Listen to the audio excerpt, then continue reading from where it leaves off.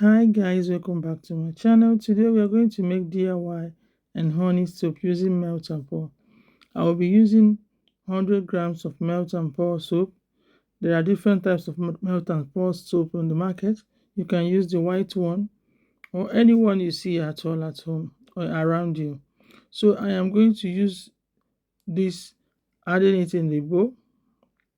Make sure the bowl is very clean, and then I'm going to use a double boiler.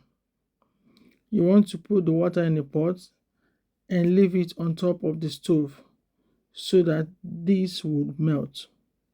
It doesn't take up to 10 minutes, it's melted. So I'm going to use honey and I'm going to use turmeric.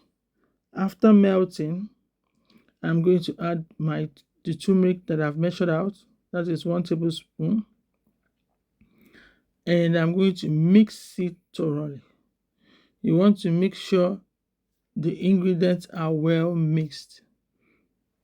Now I am going to use the turmeric, the honey, and also mix them together. Mix them very well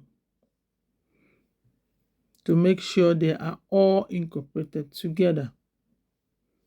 So the next step is for you to add your essential oil if you have any, but I am not going to add essential oil.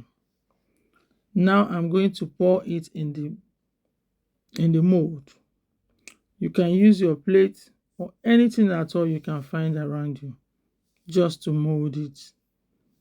It will take up to 1 hour to mold and be firm, but mine took up to 20 minutes because my area was too cold, so it got uh, solidified easily. So I am using spray alcohol to spray this, which is optional. Now that is ready, after 20 minutes, yours can stay up to 1 hour depending on your region. So now it's ready. I'm just washing my hands with it to see how it's foaming, and it foams very well. So guys, if you have not subscribed to my channel, please kindly subscribe until I see you next time again on